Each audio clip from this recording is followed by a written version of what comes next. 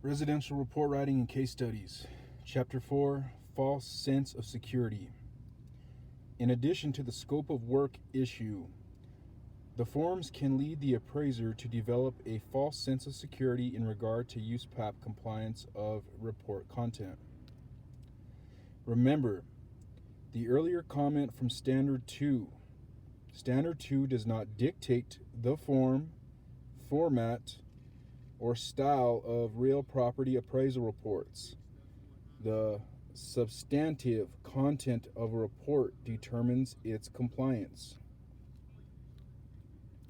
Even if you completely and accurately fill in all the blanks on a standard appraisal report form, there is no guarantee that you have complied with Standard 2. In fact, if all an appraiser does is fill out the form, whichever form it may be, it is almost certain that the report will not be USPAP compliant. In almost every instance, an appraiser must supplement the standard forms with additional information in order to comply with the minimum content requirements of Standard 2. The Appraisal Foundation Uniform Standards Professional Appraisal Pack, Washington, D.C. Appraisal Standard 2021. End of page. 2 report options. So what are these minimum content requirements? As we mentioned earlier, there are 2 written report options specified in USPAP Standards Rule 2-2. Appraisal report, restricted appraisal report. Each of these report options have minimum content requirement items. Standards Rule 2-2A lists the 14 requirements for a appraisal report.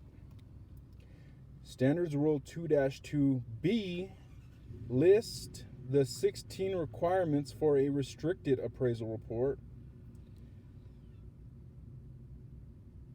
As we stated in the previous chapter, Standards Rule 2-2 can be used as a convenient checklist for the minimum content requirements for USPAP compliant real property appraisal reporting, no matter what the form or format. Simply go down the list of required items and check off the ones that appear in your appraisal report.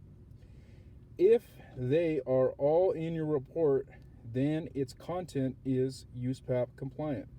End of page. Form reports. Within this course, we will cover several of the most commonly used forms that are used for mortgage lending appraisals.